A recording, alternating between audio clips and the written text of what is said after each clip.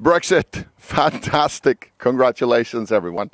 I'm elated. I'm ecstatic. This is just almost beyond belief that we were able to use the forces of democracy and the people and honesty and integrity to fight back on these terrible system people.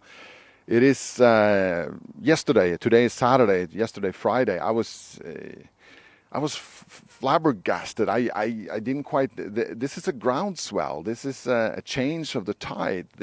We can use this for so much good. It's a first blowback, and the biggest blowback to the system in a long, long while. To Leviathan. It's a Leviathan sort of.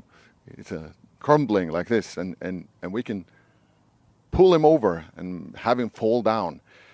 The people in the EU are terrified. Their system, their project has gotten a big blow, and it's so important that everyone now, you know who you are. Do whatever you can to strike on Leviathan. Do what you can. Now is the time to make sure that Leviathan gets the lethal blow.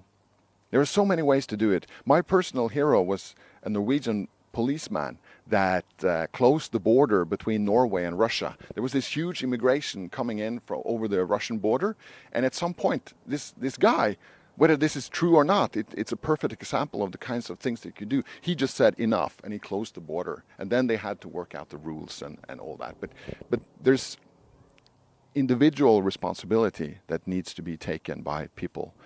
We need to undress the power structures. We need to undress the politicians, the current politicians. All the people in the positions right now, the current politicians are power people without integrity.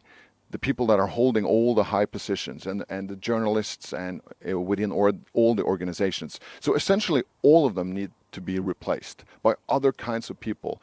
Ordinary, honest, regular people with integrity and regular common sense. This is a huge, huge job. We see in Iceland that some of that has been going on with the Pirate Party. Some people would disagree that you get new corrupt people, but at least we get new people with new ties and not the same kind of embeddedness with the power structures as we see now. So what we need now is to use this momentum for decentralization. I cannot emphasize enough how important decentralization is. It's the centralizing that's what the evil people want. The evil people and the evil forces of the world, they need decentralization in order to force policies on people. A lot of the crap that they come up with, like gender identities and homosexual marriages and negative interest rates and all that crap, it would never be allowed in a small community with only a few people.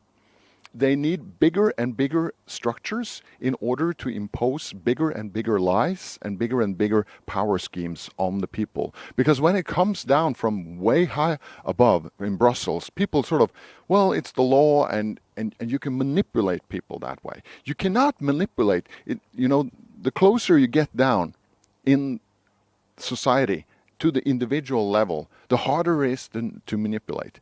To manipulate one person is really hard. A group of three is a little bit easier because you get 2 against 1. And the bigger it gets, the easier it is to manipulate. That's why we need the decentralization. The closer to the individuals, the better. It cannot emphasize enough that the evil forces want centralization and the good forces want decentralization in the world.